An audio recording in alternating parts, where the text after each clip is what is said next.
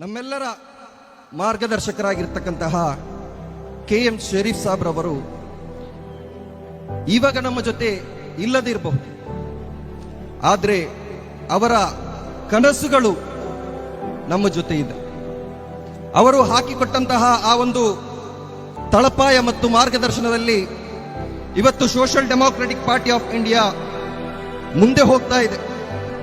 ಅವರಿಗೆ ಒಂದು ಕನಸಿತ್ತು, ಮುಸ್ಲಿಂ ಸಮುದಾಯ ಸಬಲೀಕೃತಗೊಳ್ಬೇಕು, ಮುಸ್ಲಿಂ ಸಮುದಾಯ ಅವರದೇ ಕಾಲ ಮೇಲೆ ನಿಲ್ಬೇಕು, ಅವರಿಗೆ ಅವರದೇ ಆದಂತಹ ಒಂದು ರಾಜಕೀಯ ನೆಲೆ ಇರಬೇಕು, ಅವರ ಸಮಸ್ಯೆಗಳಿಗೆ ಪ್ರತಿಸ್ಪಂದಿಸುವಂತಹ ಕೆಲವೊಂದು ಜನಪ್ರತಿನಿಧಿಗಳು ಮುಸ್ಲಿಂ ಸಮುದಾಯಕ್ಕೆ ಬೇಕು ಅನ್ನುವಂತಹ ಒಂದು ಕನಸನ್ನ ಕಟ್ಟಿದ್ರು.